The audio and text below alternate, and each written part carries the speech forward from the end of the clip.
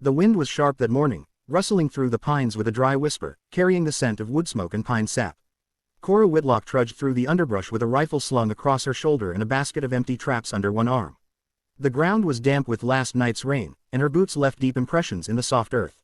She was about to check the final snare near the ravine when she heard it, a low, guttural growl that didn't belong to any wolf or coyote. It rolled through the trees like thunder, followed by a scream, not of a beast, but of a man. Cora froze. Another growl, louder now, and the crashing of branches. She dropped the basket and slipped the rifle into her hands, heart pounding against her ribs. She crept toward the sound, careful to stay low. As she reached the tree line overlooking the ravine, she spotted it, a massive grizzly bear, fur matted with blood, lumbering over a fallen figure. The man was half naked, dressed in buckskin trousers, his chest slashed open and bleeding. Even from the distance, she could see he wasn't a settler. His braided hair, painted face, and flint knife marked him as Comanche, a warrior. And judging by the torn sash at his waist, he wasn't just any Comanche. He was a raider. Cora's instincts screamed at her to stay hidden, to turn back. The Comanche had taken her neighbor's cattle just weeks ago. Some said they killed white women for less than a look. But the bear roared again and raised a massive paw. The man groaned, barely conscious. Cora didn't think. She acted. She stepped into the open and fired once. The shot rang through the woods like a thunderclap, striking the bear high in the shoulder. It staggered but didn't fall. It turned toward her, eyes dark with rage, saliva flying from its jaws. She reloaded fast, but the bear charged. No time. She held her breath and fired again, a clean shot straight into its eye. The beast dropped mid-charge, its momentum carrying it a few feet before it collapsed in a heap of muscle and rage. Cora stood trembling, her hands shaking as the acrid smell of gunpowder filled the air. The man hadn't moved. She crept toward him cautiously, rifle still in hand, eyes darting from the corpse of the bear to the wounded warrior. His chest rose and fell, shallow, but steady. Blood seeped from his side into the soil, staining the earth dark. She looked around. No other riders, no sign of ambush, just her, the dead grizzly, and a man who might kill her if he woke, or might die if she didn't help. Damn it, she muttered. She slung her rifle, knelt beside him, and began to bandage the worst of the bleeding with torn fabric from her petticoat. The man groaned softly, but didn't stir. It took everything she had to lift him. He was heavy, even half dead. She dragged him the half-mile back to her cabin, sweating and cursing beneath her breath. Every step, she wondered if she was making a mistake. But she also remembered the bear, the roar, the way death had hung in the air like fog. The sky had shifted to a pale amber when the man stirred. Cora sat at the table near the hearth, sewing a tear in her coat by lamplight, though her eyes kept darting toward the low cot in the corner. He hadn't moved for over an hour. His breathing had steadied, but shallowly, and she had begun to wonder if he might not wake at all. Then, a rustle, his fingers twitching, his eyelids fluttering like moth wings. He opened his eyes, dark and alert. They swept the small cabin, taking in the unfamiliar surroundings.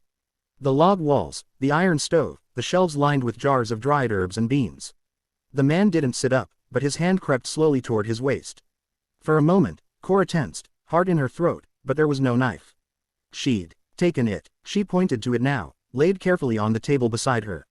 He followed her gesture, then looked at her, the lines of his face drawn with suspicion. They stared at each other. Cora set down the needle and thread, stood slowly, and crossed to the washbasin. She dipped a clean rag in cool water, then approached him cautiously. He flinched when she came close, the movement pained. His side was heavily bandaged, but his ribs were bruised and raw. The wound had been deep. She wasn't sure if he'd make it through the night. She knelt beside him and offered the rag. He looked at it, then at her. After a moment, he accepted, pressing it to his forehead with a grunt of discomfort. Cora returned to the table and poured a cup of water from a clay jug. She held it out to him. He hesitated, then reached for it with both hands. He drank slowly, some spilling down his chin, then held the cup against his chest and let out a single, quiet breath, something close to relief. Cora watched him. His face was young, but the deep lines around his eyes and the scars on his torso spoke of hard years, too many of them. There was a long, jagged scar near his collarbone that looked like an old musket wound. Another along his thigh. He caught her looking, his lips pressed into a thin line. "I didn't have to help you," she said softly, not expecting him to understand. "But I did. That bear would have killed you." The man blinked, slowly. Then he touched his chest with the tips of his fingers and pointed to her. "A thank you." Wordless, but clear. Cora nodded. He tried to sit up, and she moved to help him, but he waved her off. Gritting his teeth, he managed to get upright, though sweat beaded along his brow. He swung his legs over the side of the cot and sat there for a long moment, breathing heavily. Then he looked at her again, this time not with suspicion, but with something gentler. Caution, maybe. Curiosity. He tapped his chest once, firmly. Tahu, he said. Cora blinked. Tahu. She nodded slowly. Is that your name? He nodded once. She placed a hand on her own chest. Cora. His brow furrowed. Company. Raw. She smiled faintly. Close enough. They sat in silence after that, the light from the fire crackling between them. The storm outside had passed, and the evening wind whispered along the eaves of the roof. Without warning, Tahu rose to his feet. She moved to stop him, but he held up a hand, not in threat, but in refusal. He retrieved his knife from the table and slid it into his belt, then glanced once more at her.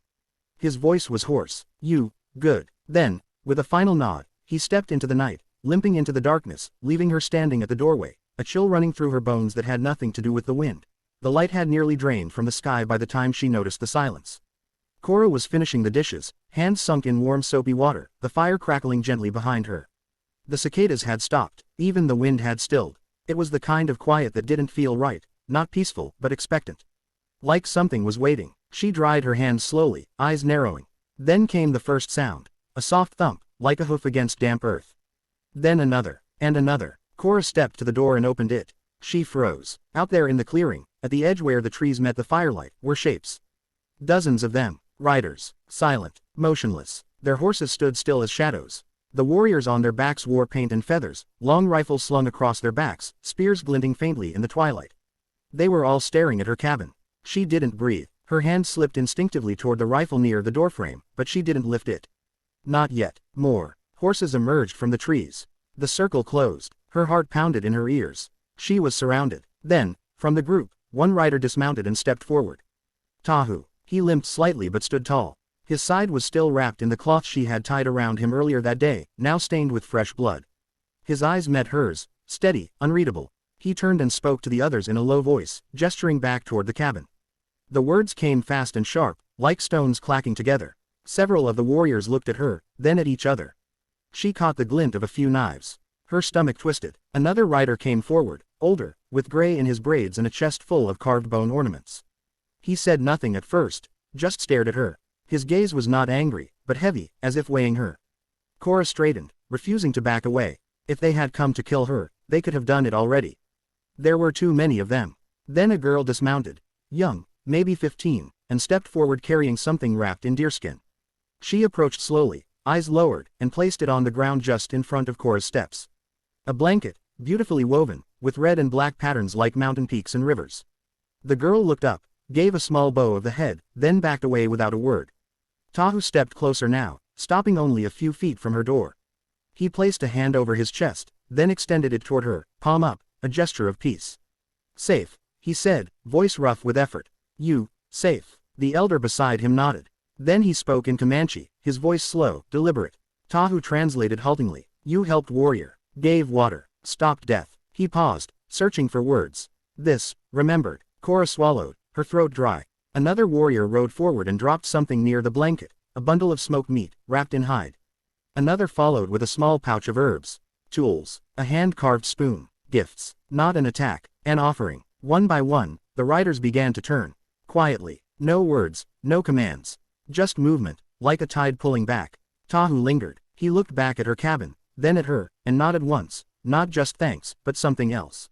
Recognition. Then he mounted his horse, gave her one last look, and rode into the dark. Cora stood alone again, the night wind brushing her face. The clearing was empty, not even hoofprints remained in the soft earth. She looked down at the blanket, the food, the medicine. She bent slowly, picked up the woven cloth, and held it in her hands, warm from where it had rested against the earth. They hadn't just spared her. They'd claimed her as one of their own. The fire had burned low, casting long flickers of orange across the cabin walls. Cora sat on her porch with the blanket folded in her lap, her rifle across her knees, though it no longer felt necessary. Her fingers ran along the patterns woven into the wool, red peaks, black rivers, tiny arrowhead motifs, each thread tight and deliberate. It was no ordinary cloth. It had meaning, and weight. The bundle of smoked meat lay beside her, along with a pouch of wild sage and something else she hadn't noticed before, a small, carved totem. She lifted it now, turning it over in her hand. Wood, maybe cedar. It was shaped like a bear, but stylized, with spiral markings etched into its flanks and a sunburst painted over its heart. The kind of object meant to hang over a doorway.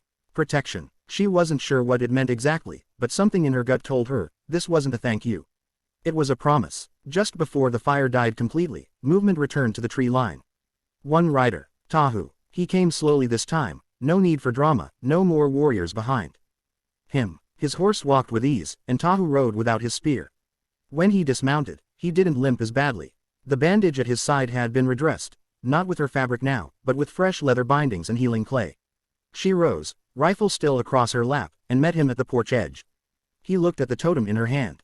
"Keep that," he said, tapping his chest. "Good spirit, bear." He pointed to the trees.